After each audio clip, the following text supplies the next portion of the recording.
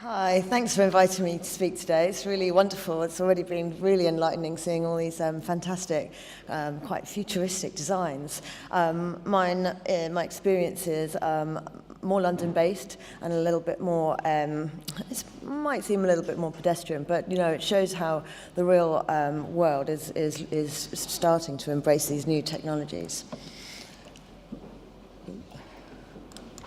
Okay, so a little bit about myself.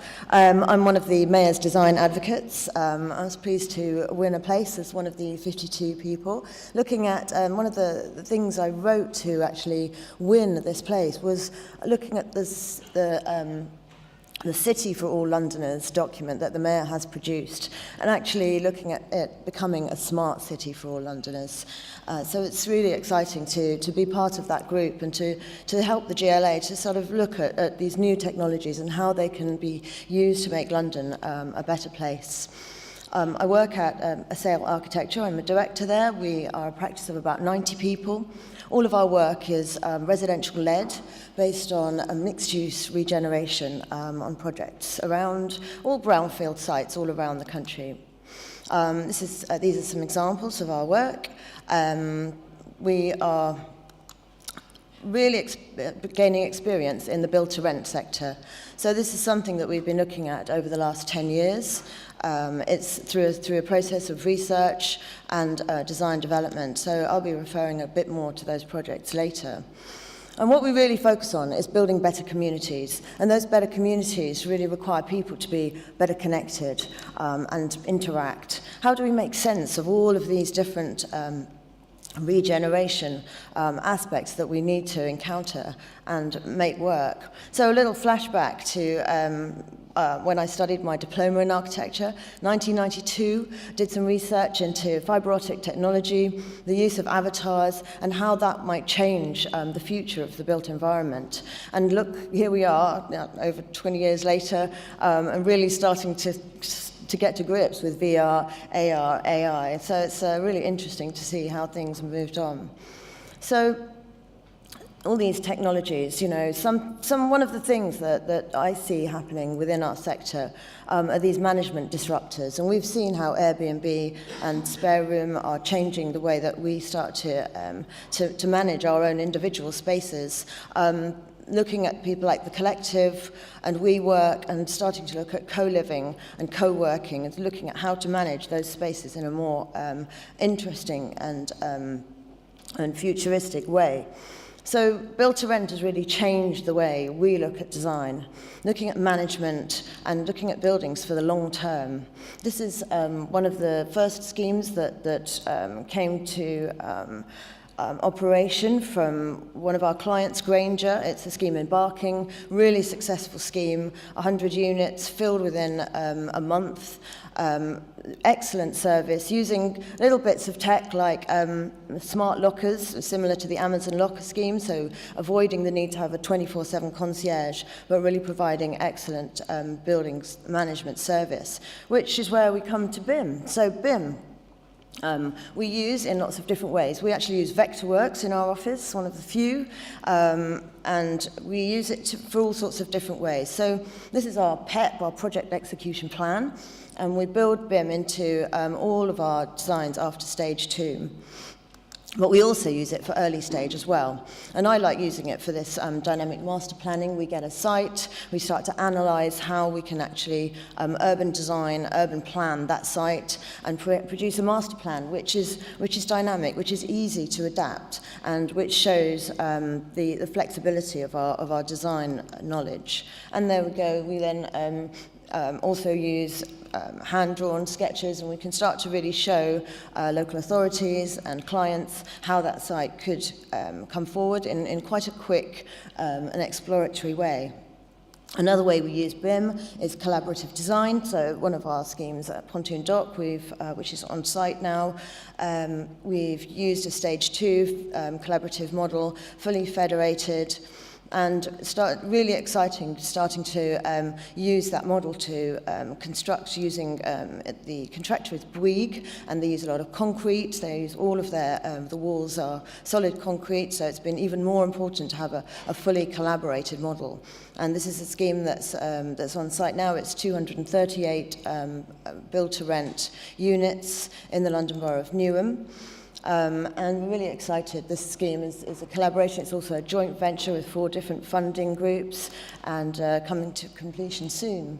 So really, we are just scratching the tip of the iceberg with what we put in to our model and how we can actually use it to help buildings self-heal, to help buildings really start to be managed in a much more interesting way for sustainability and operation. And again, with this scheme in Pontoon Dock, we're starting to explore the values of the amount of information that we're putting into our model.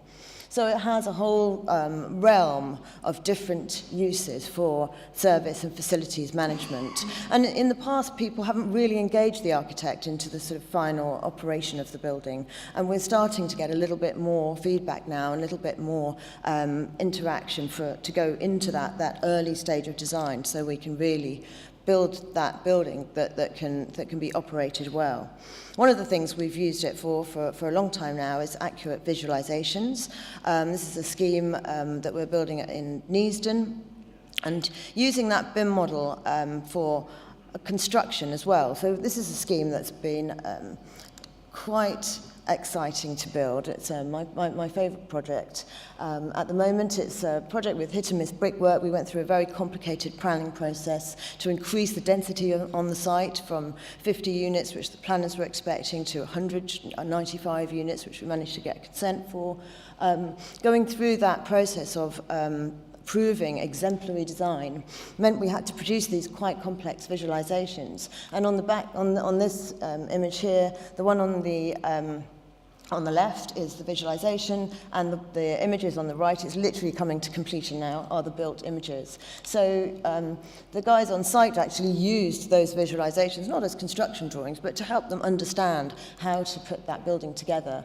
And again, visualization on the left, real building on the right. And it's been a really amazing process to put that together and really get this London vernacular of brickwork shining through.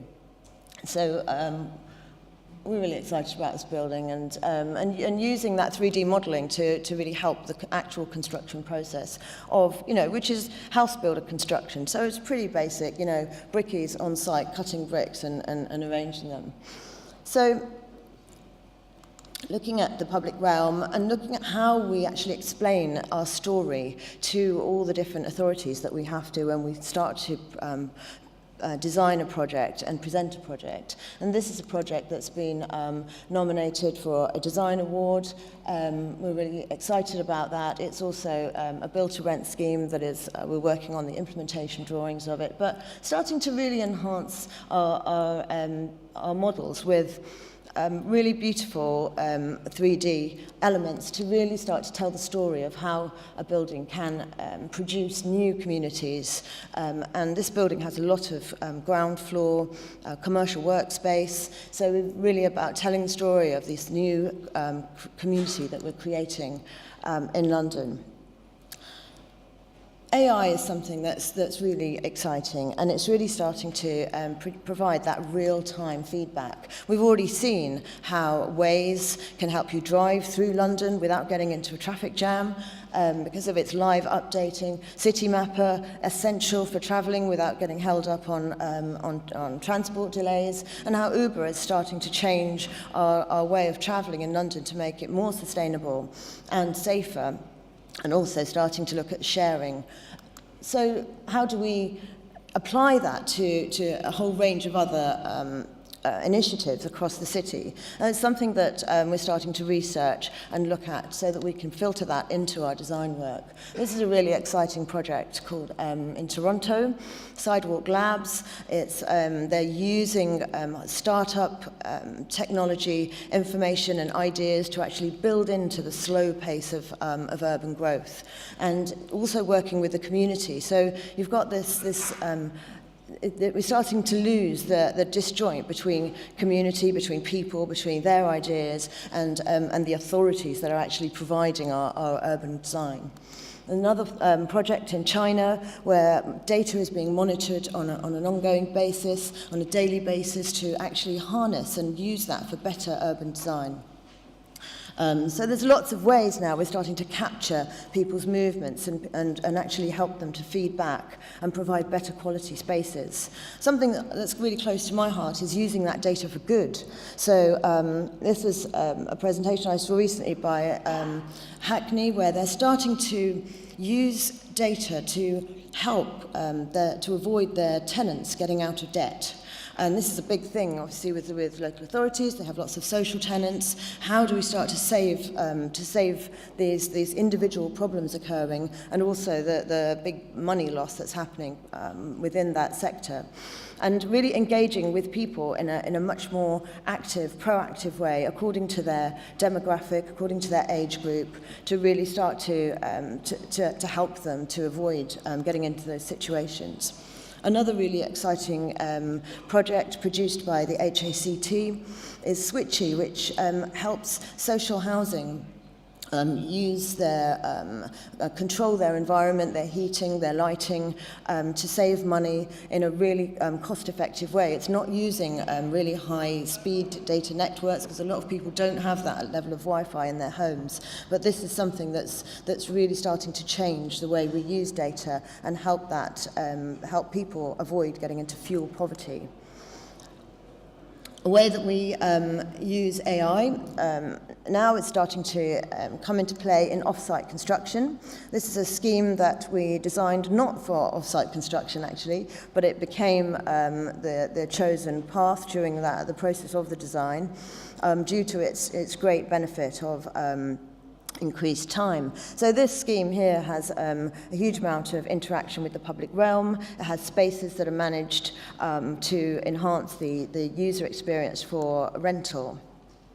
And the standardization of the components had to occur with this, within the design of this building, and it really does help with the design of residential to standardize the way that your units are laid out. And the image at the bottom there is from our 3D printer, which really helps us to explain and to explore the way these buildings are working. Huge amounts of benefits from off-site, speed, quality, less accidents on site, obviously more an increased delivery, which is really helpful with build-to-rent. So we found it hard to convince traditional house builders because they have their own tried and tested ways. They may come on board eventually, but with build-to-rent clients, we're really finding that they are taking on the opportunities of off-site manufacture because they're getting their yield, they're getting their rents in quicker if we can finish that scheme at a faster pace. So this is the scheme that we have on site now. It's modular, built by elements. Each module is delivered and assembled onto the concrete structure, and it's been going up at the rate of knots. It's about to be unveiled in the next few months. So and the quality of the individual units has been amazing as they arrive and they're unzipped. On site. It's been fantastic. So how do we then reflect this experience that we're learning from the on-site into early stage design? So we're starting to get really involved with these modules from a really early stage. So as soon as we start looking at a design and feasibility, we can then start to show flexibility and an agile design process with switching unit types and mix. And as we move through that process, we've got our full 3D model. It's all there. All of the different individual units are standardized. We then look at the opportunities for different facade treatments, because there's no point having single brickwork going on if you're trying to build your building at an accelerated pace. So let's look at more interesting cladding systems that can be assembled quickly. And then we have our model on the left there, which is all ready to go into our visualization department and be made into something more attractive and presentable. But we know that that model is an accurate representation of what's going on inside. So the blockchain is a really interesting new tech. My husband works in blockchain, so I kind of hear a lot about it, and it's really starting to make waves within the financial industry, within certain other sort of tech gaming industries. How is it actually starting to influence us in the building arena? We think that within the off-site manufacture, we're going to start to see those changes. The transparency needs to be something that people want to use for their benefit. It's really important within management. There's some interesting companies around, like there's one called Slockit. They have invented a lock. Now, this lock has a whole range of new applications to help buildings in their management. And if we can start to use that lock, have it remotely operated, have it monitored, who's going in and out, who's using different parts of the building, we can really start to explore the benefits of management, particularly within these different zones of our build-to-rent schemes. Do we want to use the blockchain? Who's going to benefit from it? So there's this new tenure called discount market rent. Individual units within a building are going to be rented at a lower amount according to people's means-tested ability to pay. So a new tenure, how are we going to monitor that? And I think the blockchain is something that can be really used for that purpose. So we really understand a full transparency of who's renting our building. Will the operator really want to get involved with doing that? I don't know. It's going to really have to be something that comes from the governance side for it to really work. So we're starting to look at also intergenerational aspects of living, how to mix different demographics and different ages of people within a development, and to manage all of those shared amenities so you can really utilize space within a building to its maximum capacity. So spaces are expensive to build, so we need to really make sure that we're managing them well. So I love this model of intergenerational, of one building with one umbrella, with one institutional funder, but those spaces are being used for all their purposes at different times of the day by different demographics of people and for those different income purposes. And who knows, also the ground floor can be used for last mile delivery, which is a new value centre that's coming in for those for the new ways that we need to receive all of our goods. Internet of Things is an innovating sector and is coming into the way that we use our buildings and the way that we can actually manage them and make them more sustainable. What is a healthy community? Another aspect of the Mayor's desire to try and improve conditions in our cities. How do we increase air quality? This is one of our projects which has Europe's tallest green wall. If we start to monitor the air quality in our buildings, I think in a few years people will have their own monitors built into our handset devices. People are getting much more tuned in to wellness, to actually where they're living, how polluted it is, and what's going on around us. Children are really tuned into this. So children's changing lifestyles. My kids, featured here, they have this app. They love using the app to check food quality and how healthy it is for you. So, it's really about trying to tie up all of this data and make the communities work. And it's the space in between buildings, which is often the most important for us to use. How do we get Britain fit? The NHS is on its knees. How can we actually use the data to improve people's understanding and people's ability and will to actually use our designed spaces for more active life. So it's something that there are a lot of initiatives going around now to try and help that happen. Legal in General, one of our clients, produced this scheme called Black Horse Mills, which we're working on. There are 450 build-to-rent units in Walthamstow coming to the market. A huge investment, a huge risk, and monitoring that data and having a plan in place to engage the local community is so important. We need people to be visiting our scheme, to use these great spaces that we're creating, to actually set in place a managed program of events. So people come in, every person that comes into your scheme is potentially a future tenant. So building these data captures into the business model is hugely important for these investors. And Legal in General have a big plan in place to start to harness this data and use it for the benefit of all their residents. And of course, there's a whole cradle to grave plan here for people to actually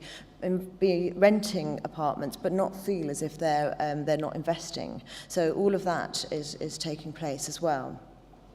We really need to keep innovating in this sector. I mean, I've mentioned build to rent here. It's something that's really taken hold in the residential industry over the last 10 years. People didn't know about it at all. Everyone was nervous about whether it would happen. It's really happening. And because of that ongoing monitoring, it's so important. And it's actually being the data and the initiatives are being used to a greater extent within that sector. And a lot of these initiatives have been mentioned by our earlier speakers today, but some things are really starting to take hold within the design of these developments. And, you know, life imitating art, you know, my son took a long time to convince me to let him play this game. And now that he is, and actually got featured on the Today programme a couple of weeks ago, really interesting how we're starting to use these virtual environments, and how people now, you see football players doing the Fortnite dance when they score goals. You know, there's such a huge interaction taking place. You can actually play with your friends for 20 minutes in this environment, and it's the real and the virtual taking hold. Another example, if you haven't seen this film, you must see it. Steven Spielberg, on the button again, with our parallel environments, that we're living in the real world and escaping into this other world to actually have our fun. And again, let's think about the data. How are we using data for good? How are we using data to actually make better environments, to make people interact in a more constructive way, to make our cities actually function in a better way for the environment, for sustainability, for health of all of us in the future? Thank you.